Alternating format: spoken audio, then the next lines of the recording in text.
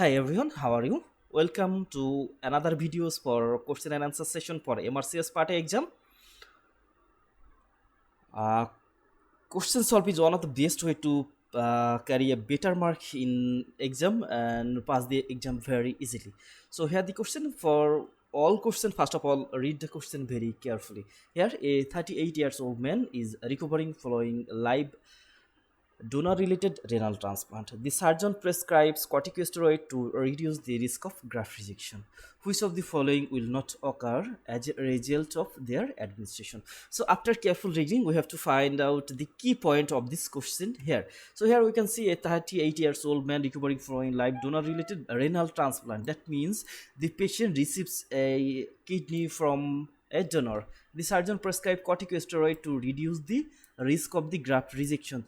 That means the surgeon prescribing him corticosteroid to reduce the risk of rejection and long survival of the graft. Which of the following will not occur? Will not occur. This point is very important. Will not occur due to the administration of the corticosteroid. So first of all, we have to find out the function of the corticosteroid, and this question they wants to know what is not the function of the corticosteroid. What is not the function of corticosteroid? Here the options the suppression of the macrophage activation, reduction of expression of major histocompatibility complex antigen on the graft, a reduction in the proliferation of the lymphocyte, necrosis of the activated lymphocyte, and reduction of expression of endothelial cell adhesion molecules. So first of all, let's see the function of corticosteroid here. So you can see this is the corticosteroid and different function of the corticosteroid. First of all, we can see in the right side, the is on structural cell. It acts on epithelial cell and reduce cytokines mediators. So this point is very important because cytokine increases, cytokine storm occurs, and graft rejection will occur very easily. So rejection of cytokines is a protective mechanism for graft survival. Second one, on endothelial cell, they decrease the leak of endothelial cell. So the different cells such as macrophage, neutrophil, lymphocyte, and other inflammatory cell, they reach to the graft and donor related area very less. Then on the smooth muscle, increase beta 2 receptor and decrease cytokines. And on the gland, the reduce the secretion of the gland. And on the inflammatory cells such as eosinophil, they reduce the number of the eosinophil and other cells by the process of the apoptosis. Apoptosis is a programmed cell death, and it is a designated death by the cells of the body. And second one, you can see the T lymphocyte mast cell, it decreases the cytokines in all cases.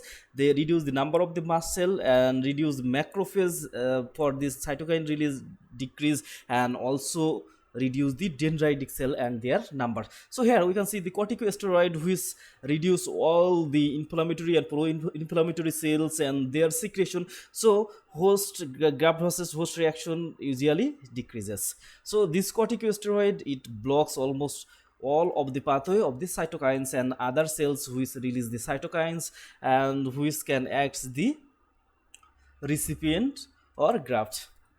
So here we can see another picture here, the cortisol or corticosteroid, it acts on different part of the body.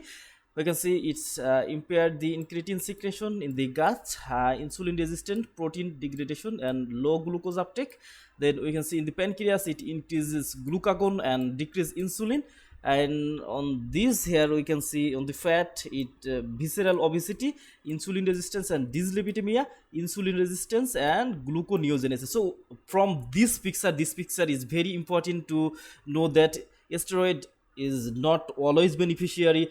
Sometimes it may cause severe damage of the body and the side effect of the body, such as it impairs the incretin secretion of the gut. So it breaks the normal homeostasis of the gut. Then we can see the insulin resistance. So there is a chance of development of the diabetes mellitus, protein degradation. That means in this patient, muscle mass will be decreases, low glucose uptake. So it also increases the blood glucose level for a long time and provoke the development of the diabetes mellitus. In case of pancreas, we can see here that it increases glucagon. Glucagon also increases the blood glucose level in the blood longer time, and it also increases the risk of the diabetes mellitus. And also we can see there is a decreased insulin, which is also risk. And in case of fat, we can see visceral obesity develop and insulin resistance develop and dyslipidemia. So this increase also lipid in the blood for the longer time, and this lipid will deposit here and there in the blood vessel, and it may causes the heart attack, stroke, and other vascular diseases. And we also can see in the liver, here is insulin resistance and gluconeogenesis. So the corticosteroid, it is fast, it is used for the beneficiary of the patient, but it may be harmful in this case also. So we have to keep in mind that the corticosteroid is not only beneficiary for us, it also very harmful for us for a longer duration use. So in the next picture, we can see here, it is the here we can see the normal pathway, where the different mediators release. We can see the phospholipid. This phospholipid, actually the cell membrane phospholipid from the all cells of the body. The membrane is formed by one of the component of the phospholipid. So during the cell injury, this phospholipid, from the phospholipid, arachidonic acid develops, and from the arachidonic acid there are different two pathways, such as the lipooxygenase pathway and cyclooxygenase pathway. Through the cyclooxygenase pathway, different prostaglandin is released, and to the other pathways, such as here the lipooxygenase pathway,